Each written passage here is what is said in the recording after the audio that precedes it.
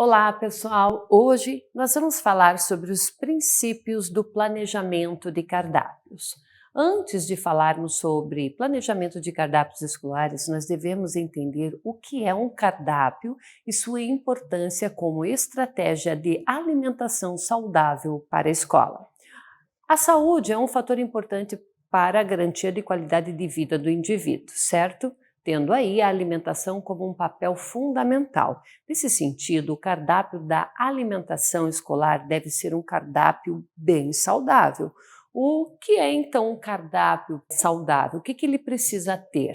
Bom, para um cardápio saudável, devem ser respeitados os princípios de quantidade, qualidade, variedade, moderação e, olha só, harmonia. Sim, mas vamos começar pelo princípio da quantidade? Bom, então, um cardápio saudável, ele deve oferecer alimentos em quantidade adequada, nem mais nem menos, proporcionando ali ao organismo todos os nutrientes necessários. Dessa forma, nós conseguimos manter ali um peso equilibrado, certo? Observe que devemos comer alguns alimentos em quantidade maior que outros, não porque eles sejam mais importantes, e sim porque o nosso organismo precisa de mais de alguns alimentos do que de outros. Mas não é só quantidade que importa, devemos também ficar atentos às características dos alimentos que consumimos. Cardápio, então, é uma lista de preparação ou de preparações culinárias que compõem uma refeição ou uma lista de alimentos de todas as refeições de um dia ou de um período determinado. A importância do cardápio é grande, pois é a primeira coisa a ser feita numa unidade de produção de refeições. E a partir dele, então, será possível definir não apenas a lista de alimentos, condimentos e bebidas a serem adquiridos, como também os equipamentos e os utensílios necessários para preparar e para servir os alimentos, certo?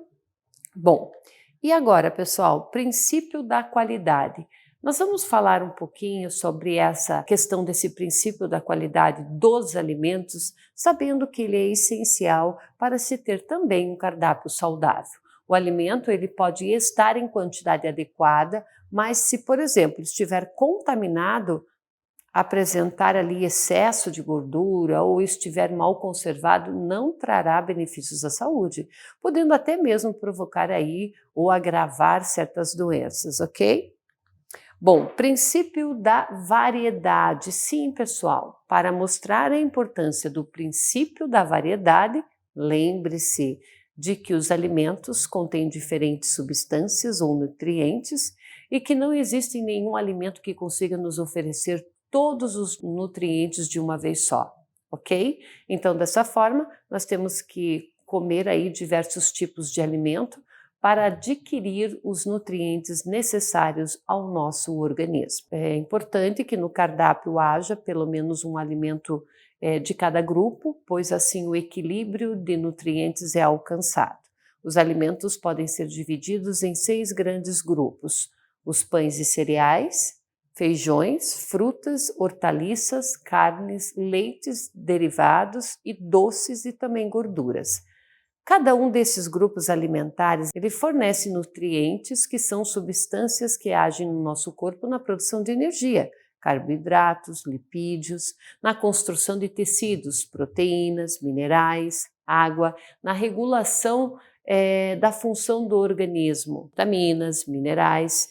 Esse princípio, então, ele contempla também a necessidade de variação dos sabores das preparações, doce, salgado, azedo, ácido, da consistência, líquidos, pastosos, mais secos ou menos úmidos ou mais úmidos, e da temperatura, o quente, o morno, o frio, o gelado, das cores também, não é mesmo? Olha só, pessoal, tem o princípio da moderação que entra também nesse item. Ele contempla, então, o princípio da quantidade, e nele aprendemos que não se deve comer nem mais nem menos do que o organismo precisa. É importante estar atento à quantidade certa dos alimentos. No cardápio diário não deve haver repetidamente alimentos com excesso de gordura. Açúcar, sal, não pode faltar, verduras, legumes, frutas. E, pessoal, o princípio dessa moderação aí, ela valoriza, claro, o bom senso, quando orienta que não devemos nem excluir completamente um alimento ou um grupo de alimentos de nossa alimentação diária, nem consumir apenas um tipo de alimento ou grupo de alimentos, ok? E princípio da harmonia. Olha só que interessante essa questão, porque a harmonia ela só pode ser conseguida pela combinação de cores, consistência e sabores. Para isso, nós precisamos enxergar a culinária como uma arte, experimentando novas receitas, criando novas combinações de alimentos, né? E apresentando-as de diferentes maneiras, combinando cores, texturas e formas, contribuindo desse modo para incentivar as crianças a conhecerem e a se acostumarem com uma variedade maior de alimentos. Ao ver um alimento bem preparado ou um prato bem bonito e arrumado, sentir o cheiro gostoso de uma preparação ou a presença dos alimentos, esse estímulo é levado ao cérebro, provocando ali salivação, origem do termo água na boca. Isso ajuda muito no quê? Na aceitação pelas crianças, ok? Mas como lidar então com as crianças que não aceitam comer frutas e verduras e resistem aí a experimentar novos alimentos? Bom, o atendimento a todas as diretrizes sobre alimentação e elaboração de cardápios saudáveis nem sempre garante que as refeições serão aceitas por todos. Não é mesmo? Especialmente as crianças, elas podem rejeitar os alimentos ou as preparações culinárias, certo?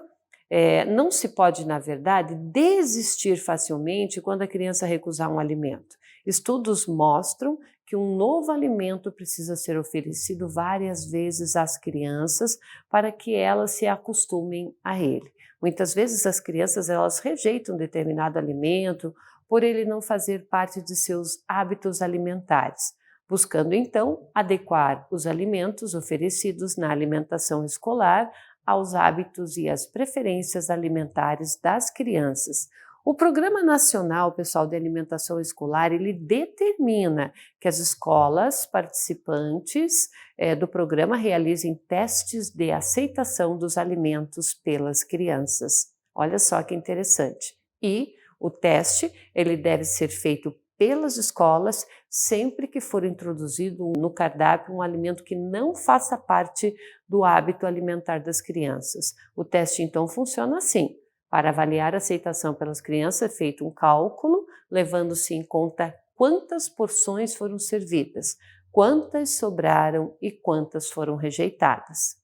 O índice de aceitabilidade deve ser de no mínimo 85%, e cada escola define qual a metodologia a ser desenvolvida para medir a aceitação da alimentação pelas crianças. Podem ser aplicados aí questionários, por exemplo.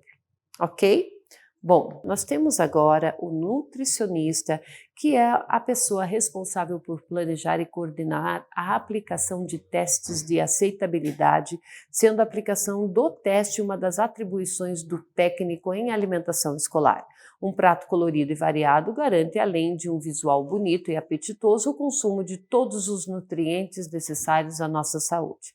Estimule os alunos a experimentarem novos alimentos, explorando durante a refeição a sensibilidade, quanto também ao cheiro, a cor, a consistência e a forma de apresentação. Planejar um cardápio é importante para que ele forneça energia e nutrientes de acordo com a idade da pessoa e de suas condições de saúde, seguindo então os princípios que vimos, como quantidade, qualidade, variedade, moderação e harmonia. O cardápio será, com certeza, saudável. Esse planejamento inclui as etapas de seleção, compra, armazenamento, produção, distribuição dos alimentos. Pessoal, converse com o nutricionista da sua escola sobre o cardápio existente. Assim, ele poderá dar dicas de como preparar melhor os alimentos para que fiquem mais nutritivos, mais gostosos, atraentes para todas as crianças, certo? E você, por estar em contato com as crianças todos os dias, tem muito a contribuir nesse processo, não é mesmo? Até mais, pessoal!